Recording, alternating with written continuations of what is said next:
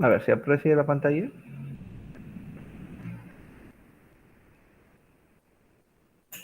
Sí, profesor, sí, sí. Ok, señores.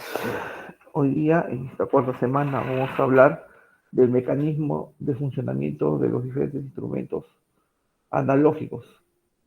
En este caso, nosotros ya hemos iniciado el estudio de los instrumentos analógicos partiendo desde el galvanómetro de Arsenbach, que es el inicio de lo que es la era de la instrumentación.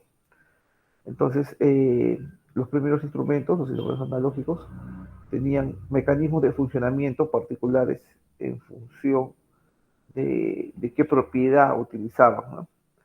En este caso, por ejemplo, vamos a ver instrumentos de bobina móvil y imán fijo, instrumentos de bobina fija y hierro móvil, los instrumentos electrodinámicos.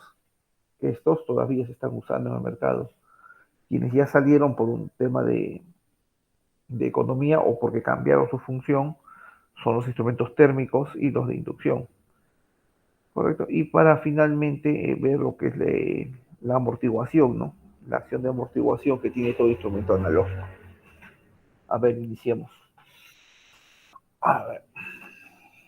Nosotros ya habíamos visto que todo instrumento analógico tiene su inicio en lo que es el galvanómetro, ¿no? El galvanómetro, aquel instrumento que me permitía medir corrientes pequeñas y que fue implementado por primera vez por el señor llamado D'Arsenbach, o apellidado D'Arsenbach, ¿correcto? Eh, este instrumento funcionaba mediante electromagnetismo y la verdad, cuando vayamos en el desarrollo de los funcionamientos, vas a ver que la gran mayoría tiene ese principio de funcionamiento. Ya los últimos ya tienen otro principio de funcionamiento en función de las condiciones de trabajo, ¿no? Ahí es lo que nosotros vamos a ver conforme avancemos la clase, ¿no? Instrumentos que ya no tienen como propiedad el electromagnetismo, sino, por ejemplo, eh, de calor generado por una corriente eléctrica, ¿no? O la inducción electromagnética. Ahora, los instrumentos analógicos tienen una simbología que viene en su cuerpo, ¿no? Ya grabada en su cuerpo.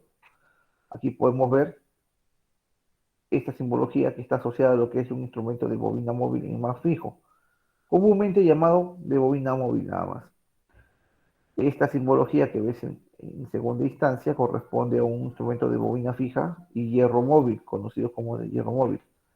Esta simbología corresponde a un instrumento electrodinámico con núcleo de hierro, eh, asociado a lo que son los instrumentos electrodinámicos. Ahora, de bobina móvil se construye tanto los amperímetros como voltímetros.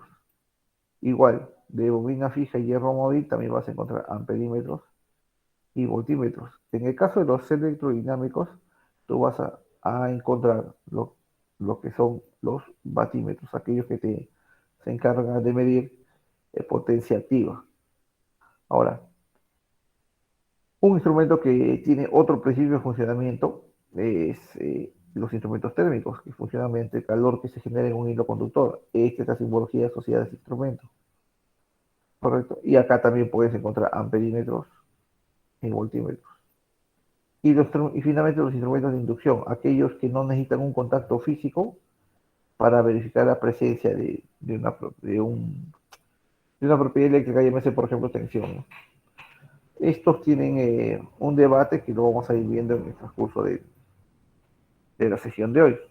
Entonces, iniciemos con el primero, los instrumentos de bobina móvil e imán fijo. ¿Correcto? Aquí, esta es la simbología clásica. Y aquí tenemos una bobina con diodo rectificador. Ya, te voy a explicar para qué sirve este diodo conforme vayamos avanzando, ¿ya? A ver, primero, la configuración. Como puedes ver aquí, como tú puedes ver, este instrumento tiene un imán fijo, también llamado imán permanente, ¿no? Después reconoce sus polos norte y sur. En el centro de ese imán permanente tienes un núcleo que está junto con la bobina cuadrada que gira alrededor del núcleo. Debajo de la bobina vas a encontrar un resorte que me sirve como acción de frenado para que la aguja se estacione en el lugar que es proporcional al parámetro que esté midiendo. Y conectado a la bobina cuadrada, vamos a encontrar la aguja indicadora que se desplaza o se mueve mediante una regla ya previamente graduada, ¿no? Y es así como hace la cuantificación. Así, este es el aspecto de un instrumento de bobina móvil. El símbolo te mencionaba se encuentra en esta parte, aquí. Ese símbolo me indica que es un instrumento de bobina móvil. Como puedes ver, tiene sus borneras, tu selector de función y acá tiene sus escalas ya previamente graduadas. ¿Correcto? En esta parte inferior, tú vas a tener para manejar un perno. Este perno, ¿para qué sirve? En algunos casos, cuando tú colocas el instrumento en la mesa, la aguja no se coloca en el cero. Entonces, para llevar esta aguja al cero, manipulas este perno, que debería haber un perno acá, y la aguja la colocas a cero. ¿Correcto? Esa es una pequeña regulación que se puede hacer. Y eso se hace con este perno de aquí. ¿Cómo es que funciona esto? Hasta ahí hemos visto las partes, pero no hemos visto cómo funciona. A ver, este instrumento lo que va a hacer es robarle una pequeña cantidad de corriente al circuito donde tú lo conectas. Entonces, ¿qué va a suceder? Se van a generar unas líneas de campo. Perdón, estas líneas de campo ya existen, se generan las líneas de campo, y también se va a generar el campo en la bobina. Entonces, las líneas de campo van a hacer que la bobina que se mueve, por ser una bobina móvil, experimente un movimiento, ¿correcto? En este caso, de esta manera. Bien. Ese movimiento va a llegar a detenerse mediante los resortes que tienes en la parte inferior. Entonces, esta es la manera como funciona un instrumento de bobina móvil. Aquí hablábamos nosotros del perno. Este perno, acá lo vamos a ver en la parte superior, que se manipula y hace que puedas cerrar esta palanca. Que ves al cerrar esa palanca, lo que hace es mover de manera muy pequeña esta aguja para poder hacerla cuadrar en el punto cero, ¿no? Esa es una pequeña calibración que tiene. Otra característica del instrumento de bobina móvil en imán fijo es que vienen las marcas de polaridad en sus borneras. Es una condición clásica de un instrumento de bobina móvil o imán fijo. ¿Por qué? Porque este tipo de instrumento solamente sirve para la condición de corriente continua, tanto en la fabricación de amperímetros como de voltímetros, pero siempre en corriente continua. Por lo tanto, si trabajas en corriente continua, necesitas saber la polaridad, es importante la polaridad. ¿Estamos claros? ¿Qué pasa si yo no respeto la polaridad y lo coloco a polaridad inversa? ¿Qué creen que sucedería? Valora la bobina. Malogras la bobina. ¿Tu apellido? Aliaga. Ok, a ver, otra opinión.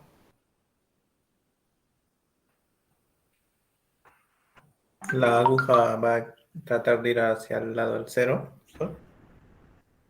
Ya, tu apellido. Rimachi. Gracias, Rimachi. A ver, una opinión más. A ver, No se podría hacer una correcta medición. no se podría hacer una correcta medición. Apellido, Marquino.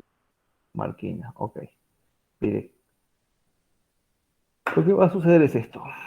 A ver, veamos aquí. Cuando tú respetas la polaridad, el movimiento natural de la aguja es este. ¿Correcto? Ese es el movimiento natural. Cuando tú cambias la polaridad, la aguja va a querer desplazarse hacia este lado. Por lo tanto, acá hay un tope. Como hay un tope y esta fuerza va a seguir existiendo, lo más probable es que la aguja se rompa. Por lo tanto, el instrumento pues ya no va a funcionar en las mismas condiciones. ¿Ok? Está más asociado al deterioro del equipo. Entonces, existe siempre esa posibilidad. Entonces, recuerda que nosotros hablábamos del diodo rectificador. ¿Ya? ¿Cuál es la particularidad de un diodo rectificador? ¿Quién me puede decir? Que entra por el positivo y sale con negativo, profesor. Apellido, González Enríquez. González Enrique. A ver, lo que indica González es como para que se entienda rápidamente, es esto. Mira. El diodo rectificador deja pasar la corriente en un sentido, mas no en el otro. ¿Correcto? Aquí no. Entonces, cuando este equipo viene implementado con diodo rectificador, lo que está haciendo es proteger la aguja. ¿Por qué? Porque si lo colocas a polaridad normal, el instrumento marca. Pero si colocas a polaridad inversa, se queda en cero. ¿Por qué se queda en cero? Porque la corriente no lo deja pasar el diodo rectificador. Significa que el diodo está trabajando como protección de la aguja, más no como rectificadora, sino como protección de la aguja. ¿Se entendió eso? Sí, profesor. Correcto. Profe, Dime. esa parte de la última parte no la entendí. ¿Cómo que, o sea, no entendí la parte del diodo que hace ahí en la bobina móvil? Ah, ya, mira. El diodo como concepto, solito, sin relacionarlo con lo que es instrumentación, tiene como propiedad dejar pasar la señal de corriente en un sentido y en el otro no. ¿Correcto? Correcto. En este sentido no lo deja pasar. Entonces, cuando tú pones a ese instrumento de bobina móvil un diodo rectificador, lo que estás garantizando es que si lo colocan o lo conectan respetando la polaridad, tenga su funcionamiento normal. Pero si por algún motivo alguien lo coloca a la inversa, la aguja no se va a desplazar a este lado. ¿Por qué? Porque como el diodo no deja pasar la señal de corriente, entonces es como si tuviera esa corriente cero. Entonces el instrumento no va a marcar, se va a mantener en cero. ¿Correcto? Y lo que yo recalco es que este diodo no está funcionando como diodo rectificador, sino está funcionando como protector de la aguja indicadora. ¿Correcto? ¿Se entendió? Sí, profesor, esa parte sí entendí. Correcto. Correcto. Aquí estamos, ya hablamos de esto. Correcto. Profesor, disculpe, una consulta. Dime. Y en el caso en el que, como usted menciona, ¿no? Hay algunas ocasiones en el cual se invierte la polaridad y, bueno, pues ahí cabe la posibilidad de que se rompa la aguja. Sí. En el caso de que nosotros en un rango erróneo midamos, ¿qué le digo? Unas tensiones mayores a la cual está destinada el aparato, ¿también cabe la posibilidad de que se pueda romper la aguja, o es que las resistencias se averían y bueno, la aguja ya no llega a averiarse? Las resistencias internas del mismo equipo. Ya, mira. Lo que pasa es que así sea voltímetro o sea amperímetro, el parámetro que empieza a fluir por el circuito interno siempre va a ser corriente. Por eso que el diodo se encarga de dejar pasar la corriente de uno u otro lado. Ahora, las escalas son las que me regulan a qué nivel de tensión máximo puedo trabajar. Yo no tengo tanto problemas por la tensión, porque la tensión normalmente yo lo tengo de datos. O sea, en cualquier equipo que tú vas a medir, el dato clave siempre es la tensión. La corriente, no, porque la corriente varía en función de las cargas. O sea, si está trabajando a plena carga o está trabajando al 50%, al 70%, o sea, eso varía, eso varía. Entonces, el parámetro que yo no puedo controlar es la corriente. Entonces, por eso es que existe ese elemento de protección. Un minutito, un minutito.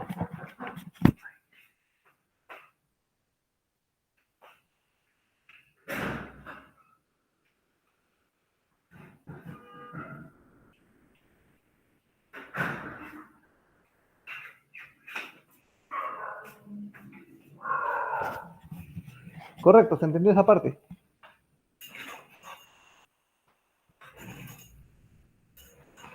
¿Sí? ¿Entendieron esa parte?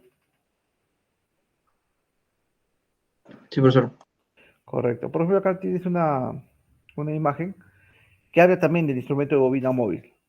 Acá puedes ver los polos del imán permanente. ¿Ya?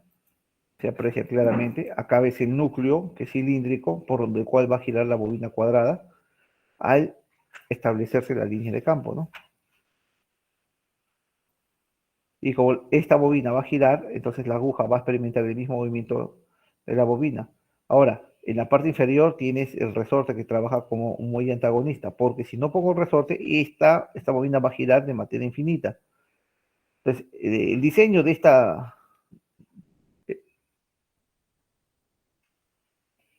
Ya, el diseño de este resorte lo trabajan con un valor de resistencia que es proporcional al desplazamiento en las escalas de la aguja. Es decir, va a detener en el punto exacto que el parámetro que esté midiendo.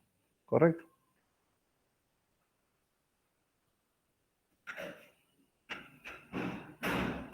¿Hasta ahí estamos claros?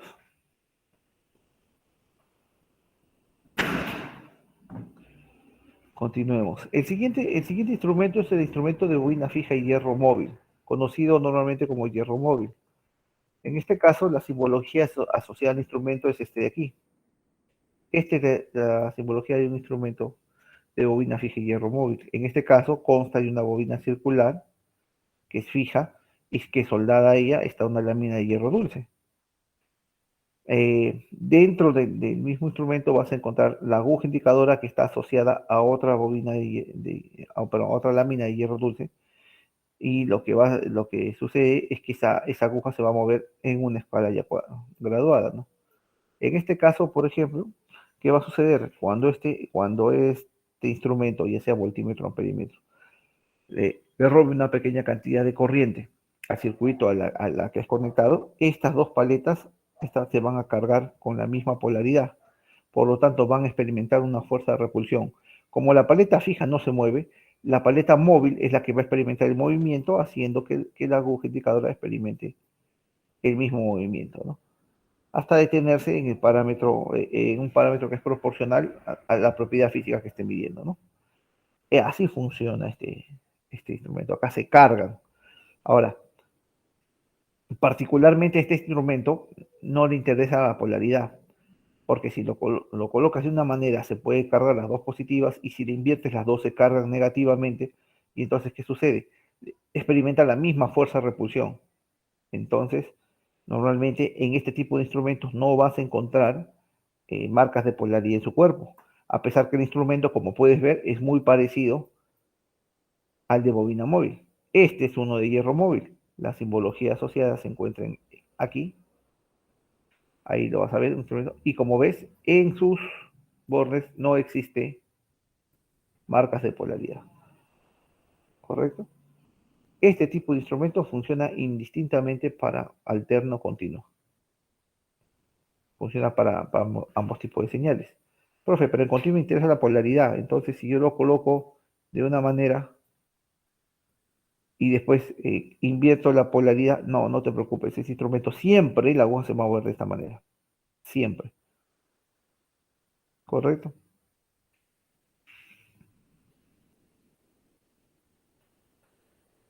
Aquí está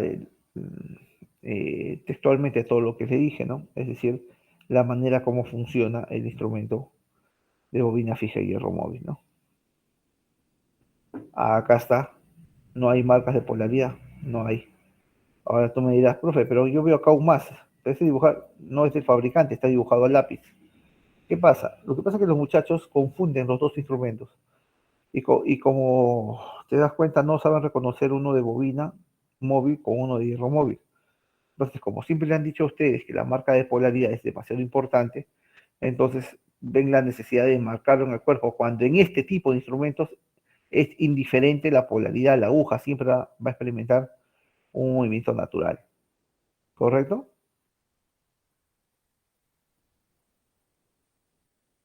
¿Se entiende? Sí, profesor.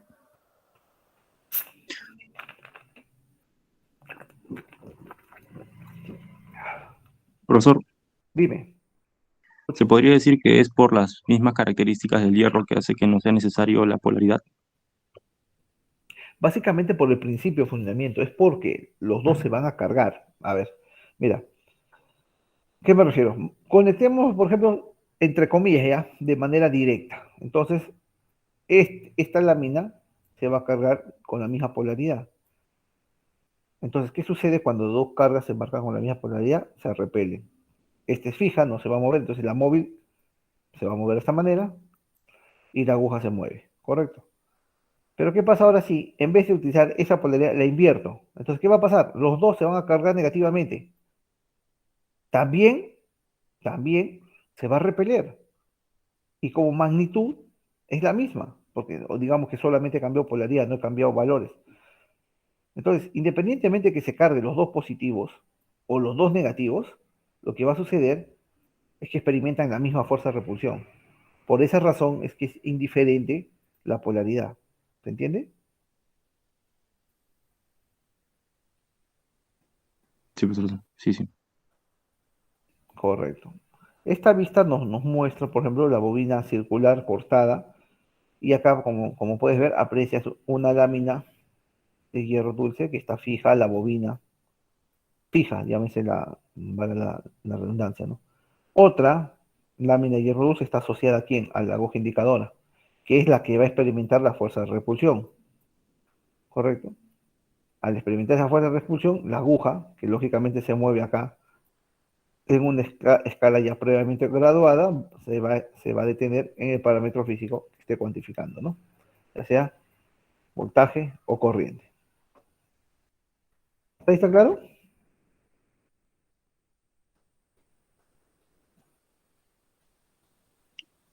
Sí, ingeniero. Sí, profesor. Correcto. El siguiente grupo es lo que son los electrodinámicos. Aquí en los electrodinámicos, por ejemplo, primero que es el principio de funcionamiento de lo que son los batímetros. ¿Qué es un batímetro? Aquel que me permite contabilizar la potencia activa. ¿Correcto? ¿Recuerdan, por ejemplo, cuando ustedes en circuito han trabajado el método de Aarón, que era el método de los dos batímetros? Ya utilizabas dos de este tipo, es decir, de los electrodinámicos. Existen dos tecnologías, la que es sin hierro y la que es con núcleo de hierro, también llamada ferrodinámicos. ¿Correcto? ¿Qué sucede aquí? Vas a tener dos bobinas, una bobina de hilo grueso, que me representa la corriente, y la de hilo delgado, que es la parte central que me representa la tensión. Lógicamente, como son dos bobinas que son energizadas, van a generar un campo. Estos dos campos van a tratar de alinearse. En el proceso que de alinearse, la bobina central es la que va a experimentar el movimiento para generar una cuantificación. Recuerdan siempre, o ustedes, si no me equivoco, el símbolo lo tienen así, ¿cierto? Este es un batímetro. Ustedes acá hacían un puentecito para medir su potencia. Ya. Habíamos dicho nosotros que internamente esta bobina, este batímetro consta de dos bobinas. Una que va en serie, que se encarga de medir la corriente, y otra que está en paralelo, que se encarga de cuantificar la tensión. Esas dos bobinas están representadas por acá. Estas son de corriente y esta central es la de tensión. ¿Correcto? Así se ve un batímetro. ¿Ya? Lo primero que te sorprende del batímetro es la cantidad de borneras que tiene, ¿no? Pasamos a 1, 2, 3, 4, 5, 6. ¿Correcto? Tengo entendido que, por ejemplo, no han utilizado este instrumento, puesto porque a ustedes les ha tocado vivir la parte de lo que es la pandemia.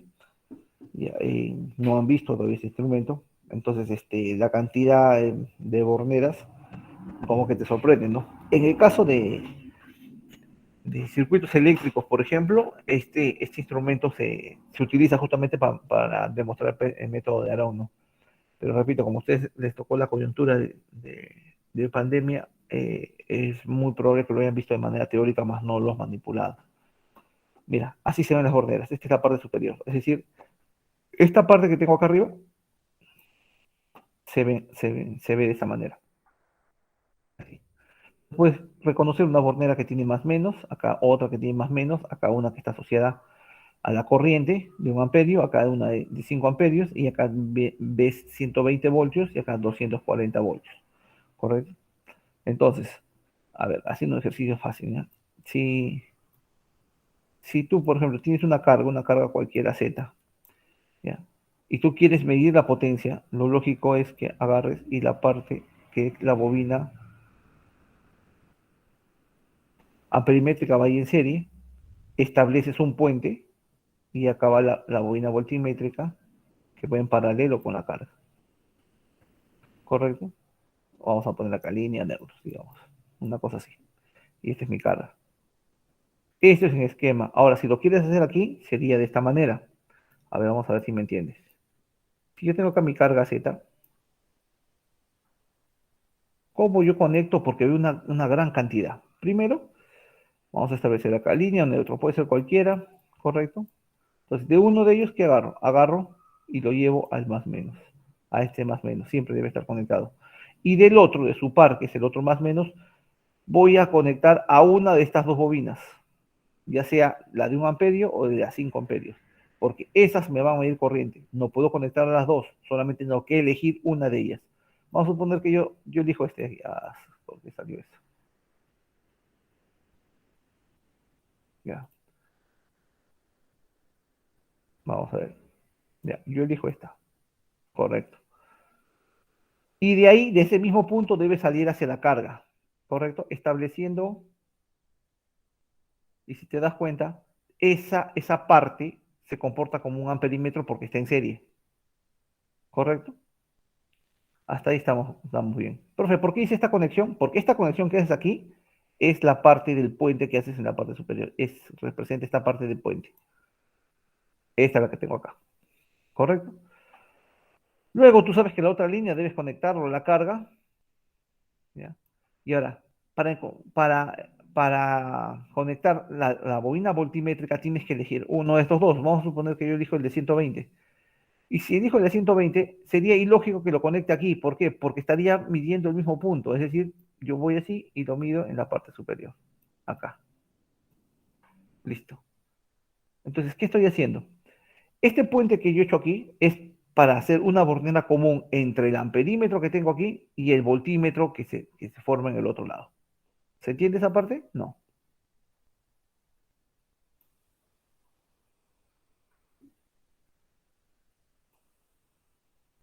¿Puedo repetir, profe? Sí, por favor, profe. Sí, por favor. Ya. A ver, midiendo el esquema. Yo estoy entrando. A ver, vamos a ver acá. Vamos a cambiar esta parte. Porque esto, digamos que se aprecia muchísimo mejor cuando lo trabajemos en el laboratorio. Vamos a suponer que este es neutro y este es línea, ¿correcto? Entonces dice acá, la línea está entrando por el más menos. Significa que acá en mi esquema este es un más menos, ¿correcto? Y estoy haciendo un puente con el otro más menos, aquí, que yo tengo este más menos acá. Estoy estableciendo ese puentecito, ¿correcto? Para que esa bobina salga hacia la carga, es decir, se viene hacia acá. O sea, aquí ponte que está el de 1 amperio. 1 amperio. Entonces, esta parte está viendo corriente. Ahora, para el voltímetro, ¿por qué solamente conecto uno? Porque este mismo más menos, si te das cuenta, al hacer puente está aquí, pues. Este mismo más menos es el de acá. Entonces, ¿qué me falta conectar? El otro extremo. O sea, el extremo donde no estoy midiendo corriente. Entonces, este va a ir al extremo donde no estoy midiendo corriente. Como corriente estoy midiendo en esta zona, entonces lo conecto al segundo. ¿Qué significa? Que este más menos sigue estando aquí, sigue siendo uno de los extremos de esta bobina, y el otro viene a ser el de 120 que está acá. ¿Se entendió?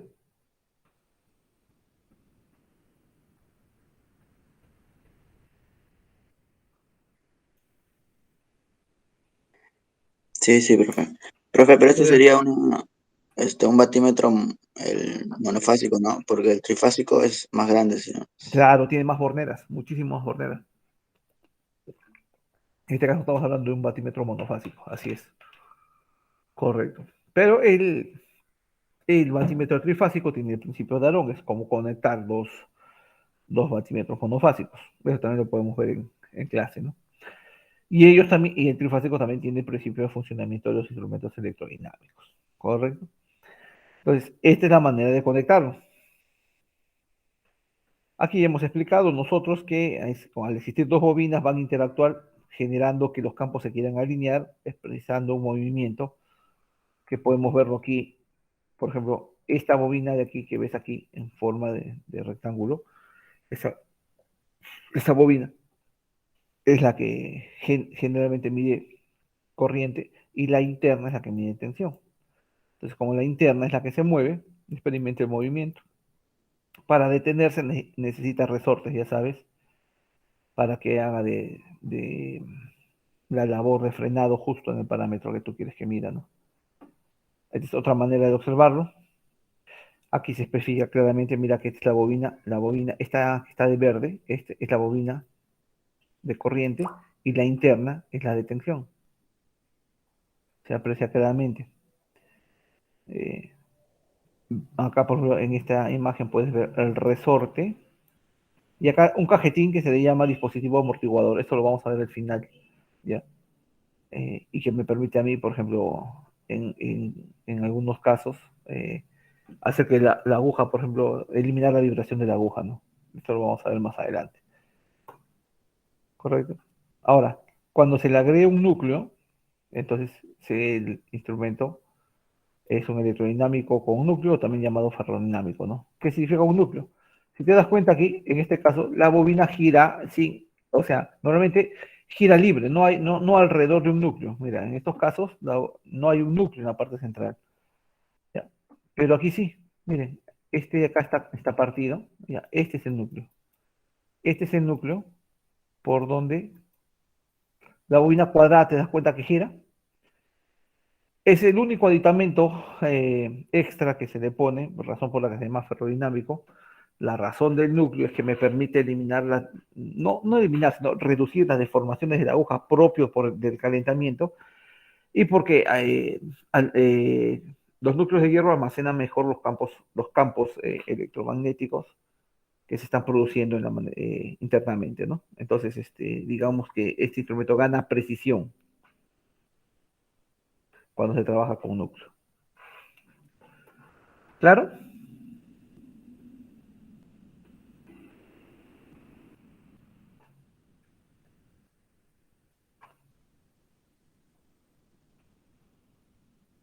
¿Sí? ¿Estamos claros? Sí, profesor. Correcto. Luego tenemos lo que son los instrumentos térmicos y de inducción, por ejemplo. ¿Por qué aparecen los instrumentos térmicos, por ejemplo? Si te das cuenta, los otros tres instrumentos que hemos estado hablando tienen como principio de funcionamiento los campos electromagnéticos. Pero ¿qué sucede si yo voy a hacer la medición en un lugar donde tengo campos electromagnéticos externos? Entonces afectaría la calidad de la medida. No sería correcta la calidad de la medida.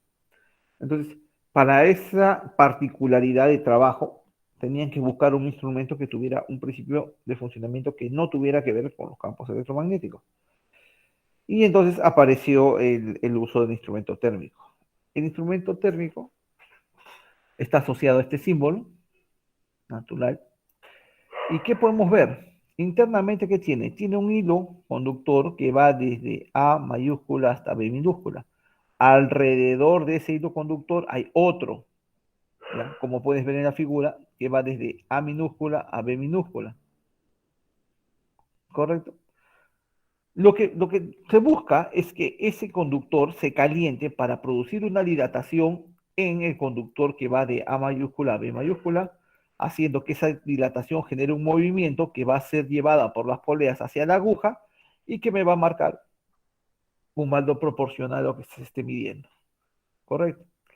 Problema que tenía este instrumento es que este instrumento, a diferencia de los otros, no, o sea, en los demás siempre te he dicho, le roba una pequeña cantidad de corriente, pero en este caso no es una pequeña cantidad de corriente porque va a producir un calentamiento. Ustedes saben que por acción del efecto Joule, para producir dilatación se necesita calentar bastante y entonces tiene que generar una potencia de pérdida bastante grande en función de la corriente, ¿no? Entonces, este instrumento, para empezar, no le robaba una pequeña cantidad de corriente. El otro problema que tenía es con respecto al mantenimiento, puesto que en cada uso, con el uso, tenía que ir repetidamente a lo que es calibrarse. ¿Por qué? Porque como funciona con el principio por un principio térmico, estos calentamientos afectaban a los componentes internos, ¿no? Aquí podemos ver, se basan en lo que es la ley de Joule, ¿no? Es decir, calentar el conductor, que acá es lo que está haciendo, calentar el conductor por medio de poleas, esto se va a dilatar y la aguja va a hacer una marca, ¿no? para que todo funcione de manera armoniosa, todos tenían que tener, todos los componentes internos tenían que tener el mismo coeficiente de dilatación para tratar de que el instrumento sea lo más preciso posible. El problema era que la precisión, su precisión no era mejor que utilizar un instrumento basado en el principio del electromagnetismo. Sin embargo, para las condiciones particulares de trabajo, pues su clase de precisión era aceptada, ¿no? Aquí puede haber una imagen en donde podemos ver tranquilamente el resorte. Aquí tenemos el resorte. El amortiguador electromagnético, es este componente que ya he mencionado que lo que es amortiguador lo vamos a ver más adelante. Y este es el hilo conductor, ¿no? El hilo térmico, el que se terminaba calentando, ¿correcto? Y que lógicamente está asociado a la palanca, en este caso el resorte, disculpe, al resorte. ¿Ok? Y así es como hacía el movimiento. Bastante simple, sin embargo, los problemas que tenían los sacaron del mercado, porque tenían, como puedes leer, defectos, ¿no? Uno de los cuales era su alto costo, ¿no? A la hora de trabajarlo. Al avanzar la era digital, los circuitos electrónicos ahora, por ejemplo, pueden cuantificar, ya sea voltaje o corriente, así tengas campos magnéticos externos y sin necesidad de robarle una gran cantidad de corriente al circuito a la que está asociado. Por lo tanto, estos instrumentos han ido saliendo del mercado, casi ya su uso, mejor dicho, ya prácticamente no se usan. ¿Ya? Sin embargo, en su momento fueron soluciones para una determinada condición de trabajo, ¿no? Y los instrumentos de inducción son aquellos que, por ejemplo, podían hacer la cuantificación de un parámetro sin necesidad de entrar en un contacto físico. Sin embargo, su precisión no era buena. Entonces, ellos, antes de la aparición de la era digital, ya estaban desapareciendo. Y solamente un solo dispositivo justifica que hoy día lo estemos estudiando.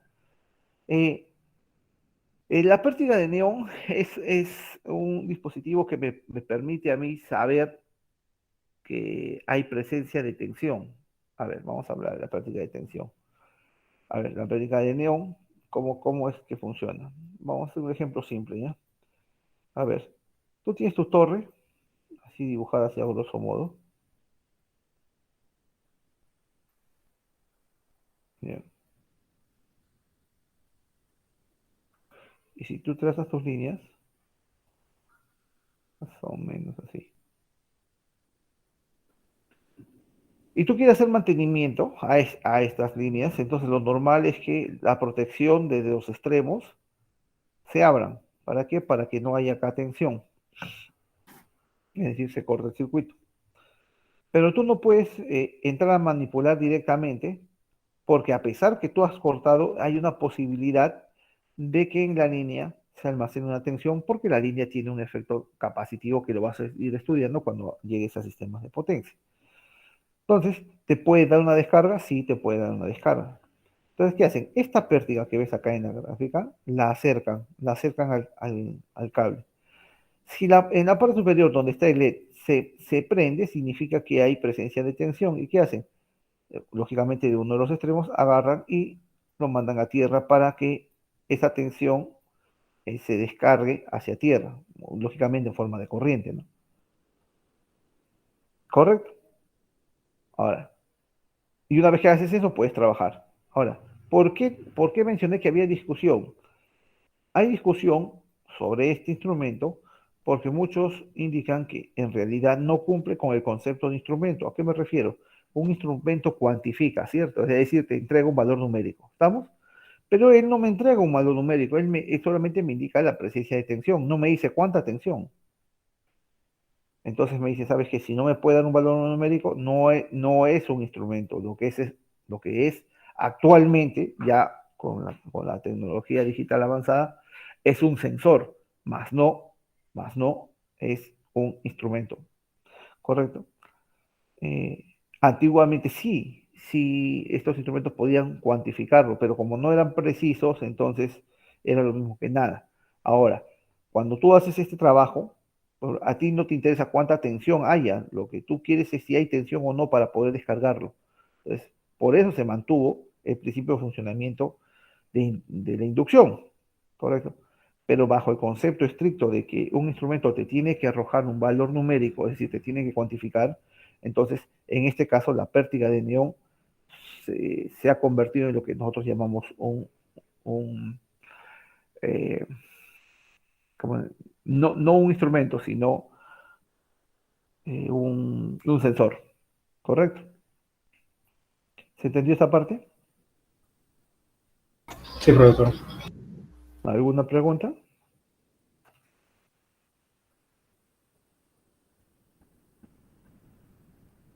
Sigamos entonces. Entonces ahora veamos lo que es los dispositivos amortiguadores. Mira, los dispositivos amortiguadores es un dispositivo que tiene todo instrumento analógico y que se encarga de solucionar dos problemas que son clásicos. La primera es que la aguja, cuando hace una medición, lo normal es que se estacione en un valor, ¿correcto? ¿Ya? Pero vas a ver en algunos instrumentos que esta aguja no se estaciona en un valor, sino empieza a vibrar hacia ambos lados y de repente no te deja registrar el valor. Entonces, cuando ves ese problema, significa que el instrumento tiene una dificultad en su dispositivo amortiguador. Claro, la otra razón por la que se utiliza un dispositivo amortiguador es cuando tú haces la desconexión, esta aguja, cuando retorna a su punto cero, lo hace, como que dice, suavemente, delicadamente, porque si lo hace muy, muy violento, la aguja se parte. Como ves, tú has visto, las agujas son bien suavecitas, ¿correcto? Entonces, para que experimente un descenso suave, el dispositivo amortiguador debe estar trabajando correctamente. Entonces, ¿qué problema soluciona? Primero, la vibración de la aguja y el segundo es el retorno hacia el punto cero. ¿Cómo lo hacen? Hay dos tipos de dispositivos amortiguadores en lo que es instrumentos analógicos. El primero es el neumático y el segundo es el electrodinámico. Veamos el neumático. El neumático consta de paletas. Como puedes ver aquí, acá tengo una paleta, dos paletas y acá tres paletas. ¿Correcto? Aquí, asociada aquí está la aguja indicadora. ¿Correcto? Significa que si la aguja gira, las paletas giran. Entonces, ¿qué sucede entre paleta y paleta? Hay aire. Ese aire está almacenando. Ese aire almacenado hace que cuando, por ejemplo, en este punto esté midiendo, la aguja deje de vibrar porque el aire almacenado no deja que regrese a la posición. Porque este aire me permite a mí eliminar la vibración de la aguja. Correcto. Entonces no va ni para adelante ni para atrás, simplemente se queda ahí porque ahí hay un aire almacenado. Y cuando hago la desconexión, este de aquí va a experimentar un descenso, de esta manera, un descenso. Pero no va a ser violento porque cuando este empiece a moverse, lentamente va a ir saliendo el aire almacenado hasta que la siguiente paleta llegue a esta posición. Para eso, ya en el siguiente tramo se almacenó otra cantidad de aire que va a hacer que el descenso sea lento, ¿no? Aquí podemos ver, este es el área donde se acumula el aire. Acá tenemos las paletas que se van girando en función al movimiento de la aguja. ¿Correcto? Hay paletas de este tipo, que se llaman las axiales, y acá están las radiales. Lógicamente acá están sin el cajetín, porque esto debe estar dentro de un cajetín. El cajetín es el que hace la labor de almacenar el aire. Si estuviera así el aire, no tendría sentido la amortiguación neumática. Y el otro son los electromagnéticos, ¿no? Están asociados a lo que son las corrientes de Foucault, ¿no? Es decir, la aplicación clásica de la ley de Lenz. Eso ustedes ya lo saben. ¿A qué se refiere? Se refiere a que en el dispositivo se van a almacenar fuerzas opuestas al desplazamiento del disco. Profe, no entiendo. Ya. Esta es la manera de es la manera de un amortiguador electromagnético. Es decir, el disco gira y al girar, con la velocidad que gire, almacena aquí una energía opuesta, aquí se almacena una energía opuesta al movimiento. Cuando él cesa su movimiento, esa energía está almacenada y evita que la aguja vibre, porque hay una fuerza que la está manteniendo. Cuando se hace la desconexión, la aguja regresa a su posición natural y la energía opuesta almacenada hace que el disco gire o regrese con una velocidad pequeña mientras se va haciendo la descarga, haciendo que el descenso de la aguja también sea suave. ¿Correcto? Así funcionan los amortiguadores electromagnéticos. Este de aquí es un ejemplo del neumático. Lógicamente ha hecho una vista de planta. Acá vemos una de las paletas. Y esta parte de aquí, acá y acá, están el aire almacenado, ¿no? Entonces, si la aguja se mueve, la paleta se mueve y el aire almacenado va haciendo la labor de amortiguación. ¿Está claro? Sí, profesor. ¿Alguna pregunta?